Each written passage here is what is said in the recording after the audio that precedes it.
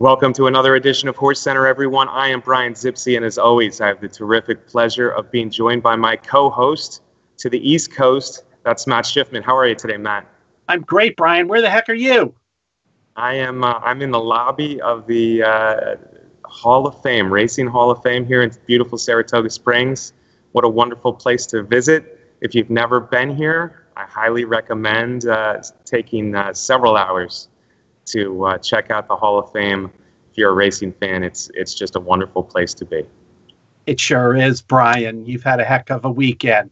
But there's an awful lot going on in racing this week. We got two big classic races going on. We've got the Pacific Classic going at 10 furlongs at Del Mar, and we've got the Alabama at Saratoga also going 10 furlongs.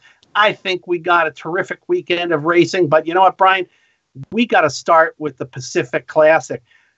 Not long ago, Brian, this was just expected to be another stepping stone in Arrogate's march to greatness, but there was that San Diego handicap that came along when Arrogate just didn't run his race, and now everything has changed. Absolutely, Matt. I think this Pacific Classic is really one of the key races of the year. I don't want to overstate it, but this could be a turning point race. We really don't know what to expect from Arrogate. I think a lot of people are expecting a complete reversal of form from his last race in the San Diego, and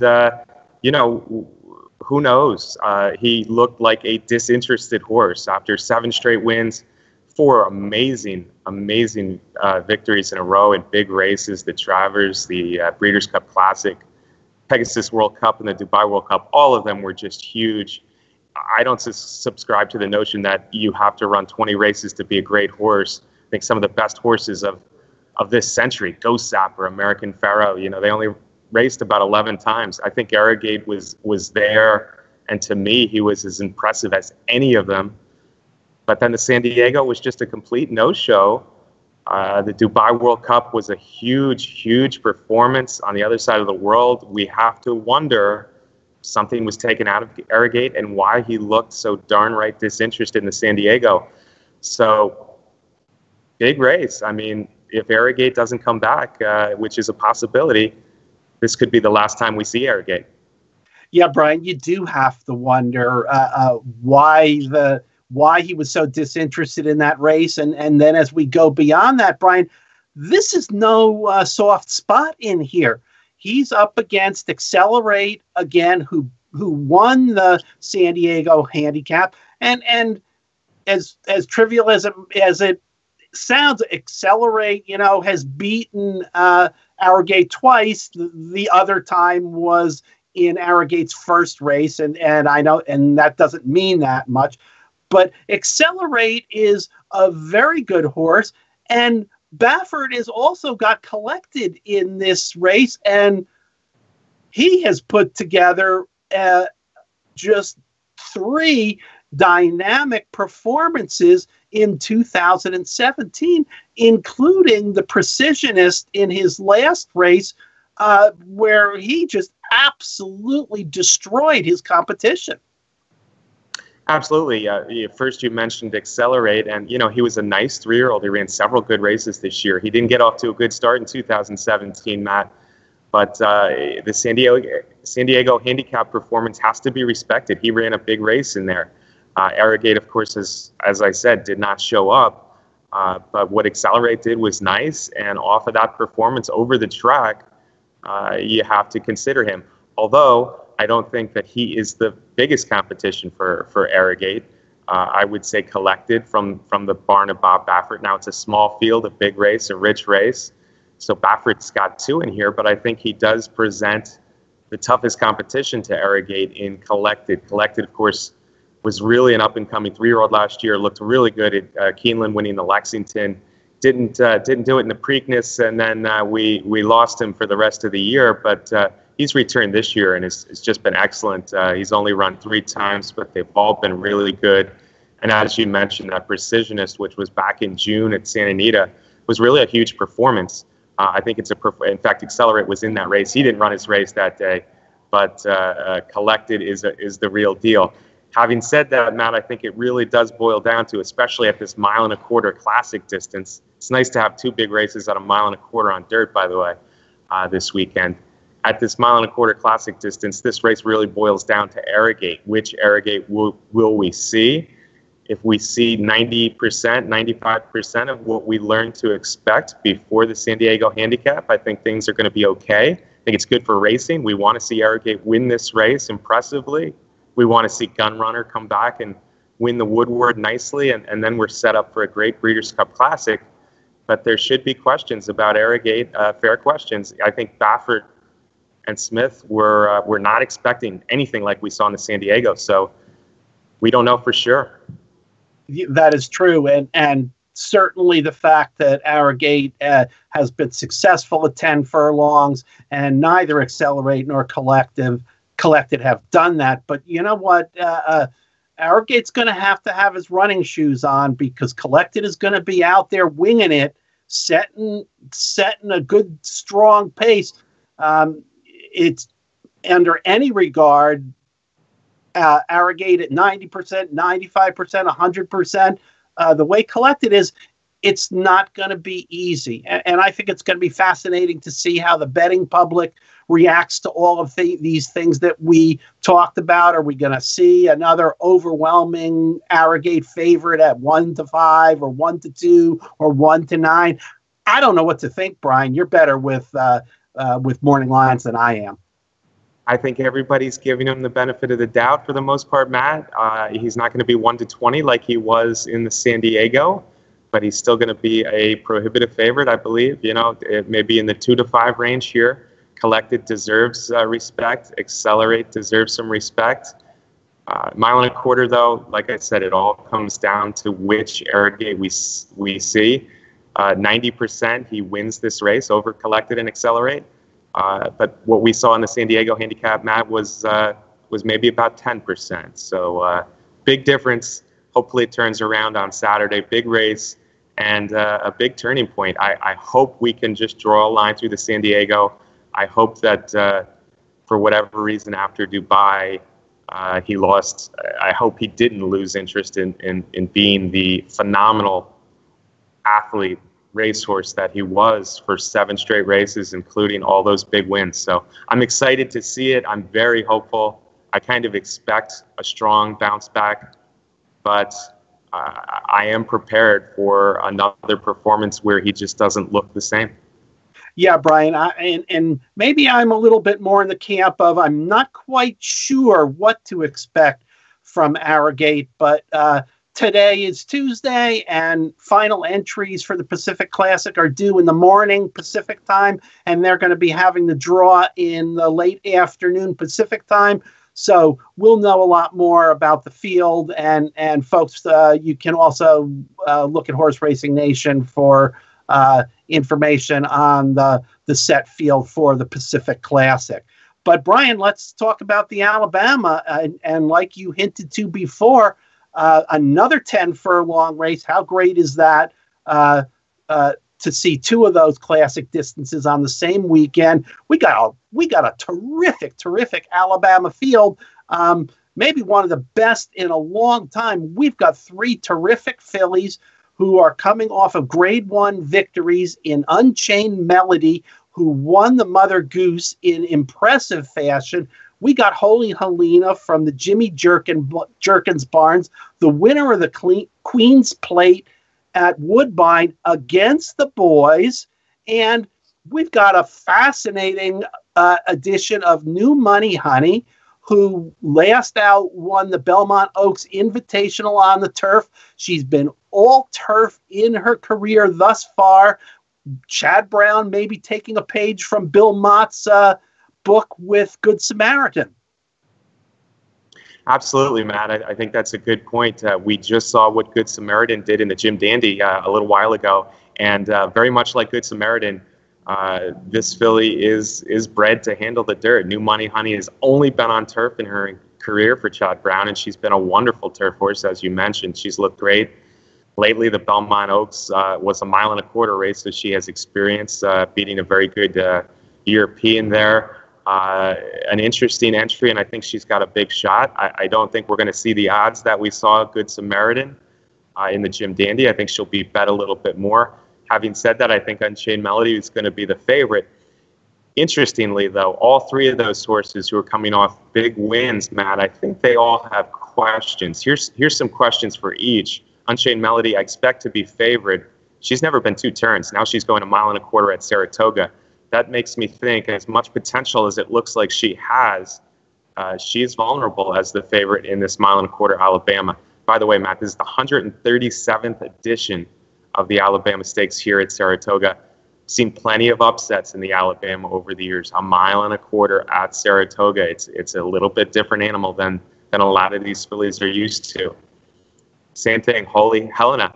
She has been 1.25 miles, but she's coming off synthetic races. Now, she did win on dirt before, but only in allowance competition. So those 2 big wins at Woodbine, the Woodbine Oaks, and of course the Queen's Plate over the males, both came on the top of the surface up there. So the fact that she's coming down against open company, be it females this time, and the fact that she's coming, her 2 biggest wins, obviously were on synthetic surface.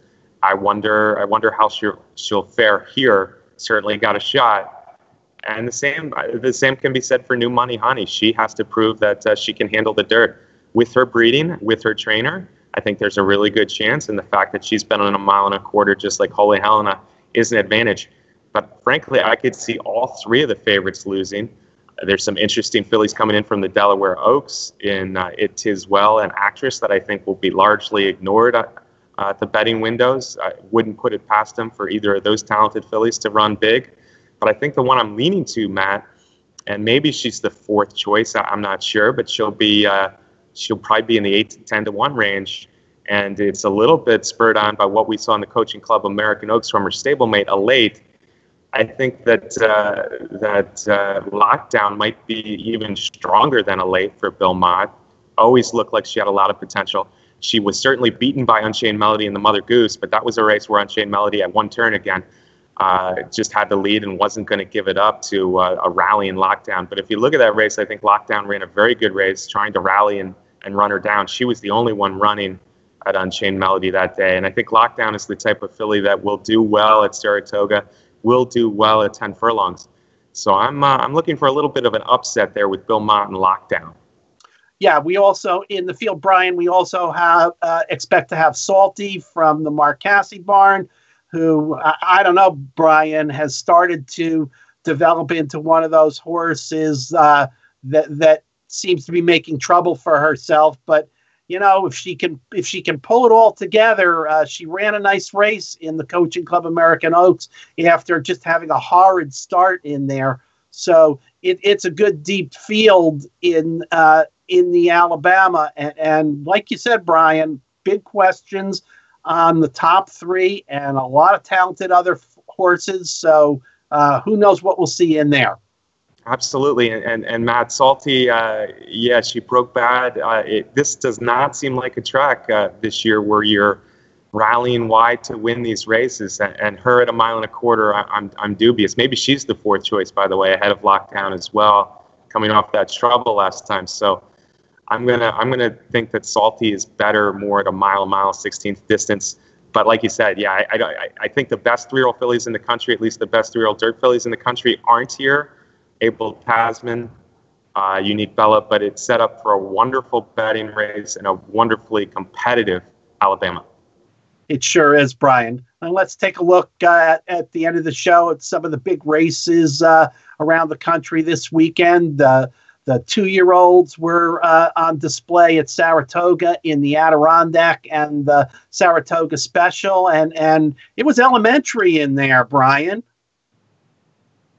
Yeah, the Saratoga Special was a very interesting race for me, Matt. I think these are horses that have a future. I think we'll be seen come the first Saturday in May 2018. Horses that came out of the Saratoga Special, quite honestly. Obviously, they have to progress and stay healthy, but Copper Bullet, the winner, is a very talented horse, and he put it all together after kind of running a strange race in the last one, a stake at Churchill Downs, where he ran 2nd. Impressive win for him. Hollywood Star is a really well-bred, lightly raced horse from the Romans and Allbaugh team. I think Hollywood Star, in fact, I like 2 Romans 2-year-olds at this point a lot. Moving forward, Free Drop Billy, Hollywood Star, they both ran second in stakes up here at Saratoga, but I look for them to really move forward as distances increase and as they get a little bit more foundation. Matt, we also saw Pure Silver, as you mentioned, the New York bred filly in the Adirondack, and Pure Silver speedy type, New York bred, but obviously she's very good. In the Adirondack, she won by nearly 10 lengths, and just a nice win. Yeah, and you mentioned Hollywood Star, Brian. I liked what I saw.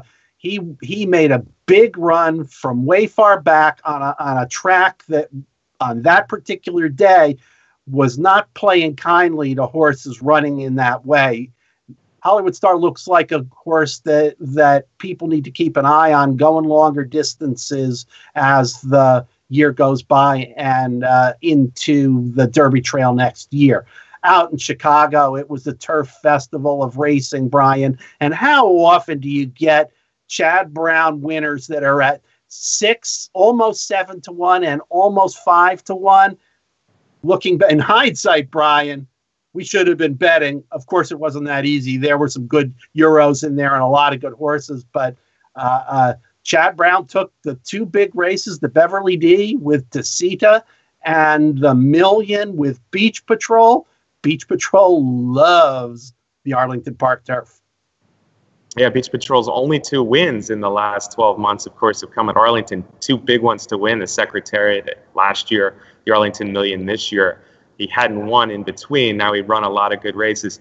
And Tacita, kind of the same way. They're different types of horses for Chad Brown. Beach Patrol likes to be closer to the lead. Tacita likes to rally more. They run nothing but good races, consistently good races. They both broke through Saturday at Arlington. Nice wins. Matt, I tell you, though, I think I was most impressed with the winner of the Secretariat. It's a shame what happened after the race. A really nice European broke down after the race. But Oscar Performance's race was another big one. Started the year a little slow. He ran out of the money in his first 2 starts. But Oscar Performance, his last 3 races, Belmont Pine Ridge, and then, of course, the 2 biggest 3-year-old turf races in the country, the Belmont Derby and now the Secretariat, impressive wins. People are starting to talk about him as a candidate for 3-year-old of the year. I think he might be a better candidate for turf male of the year. But with that 3-year-old male division being so topsy-turvy on dirt, maybe Oscar Performance is the type of horse who can do something that we seldom see and win awards in multiple categories, 3-year-old male of the year and turf male of the year. He will be facing older horses from now on, it looks like, Turf Classic, Breeders' Cup Turf. But for me, for my money, the performance of that day and probably the weekend was Oscar Performance winning the Secretariat. Yep, Trader Brian Lynch has got that horse rolling, and he's very talented. And out west, Sky Diamond in the sprint division for the females ran another big race coming from off the pace. So we got some good filly and mare sprinters on both coasts. Yeah, Paula Silver Lining has really been, she's not winning her races by a lot, but she's been the dominant force on this side of the Mississippi, winning big races in Kentucky and up here at Saratoga. But Sky Diamond, what she's done, she's a former claimer. She was claimed for $40,000, I believe, and she's just putting together really good races. The only race she's lost in quite a while was a pretty good battle with the talented Valdori, and that was a little bit longer probably than Sky Diamonds wants. So Sky Diamonds is throwing her name right in the ring with Paula Silver Lining as a premier older female sprinter. Now we should mention Runaway. Running away with the best pal out there. He looks like a really nice 2-year-old on the West Coast. And Del Mar, of course, is where the Breeders' Cup will be, so we have to pay extra attention to races out there, especially maybe for the 2-year-olds. I also want to mention World Approval, Matt. 4-Star Dave was a big performance. He got a little turf, a little give to the turf with a rainstorm here on Saturday, but another win for World Approval. He's won 9 races now. And really amazing, his mare, his brood mare, Win Approval, a daughter of With Approval, has now produced, well, even before the race, she had produced 4 millionaire turf horses, revved up Miesque's approval, ZA approval, and World approval. So just an amazing Live Oak Plantation mare win approval. And it was nice to see World approval get another Grade 1 win, because he's another horse, just a hard-knocking, good-trying turf horse. And that was an impressive performance. Maybe he's found a home now at the mile distance. Yeah, Brian, it was terrific, and it helped get the Cassie barn rolling a little bit. They've been struggling at Saratoga. It isn't easy to win races, or certainly big races, at the spot. Absolutely, Matt. What a great week I had here. EquestriaCon yesterday was just a really nice experience. They did a great job. Friends of mine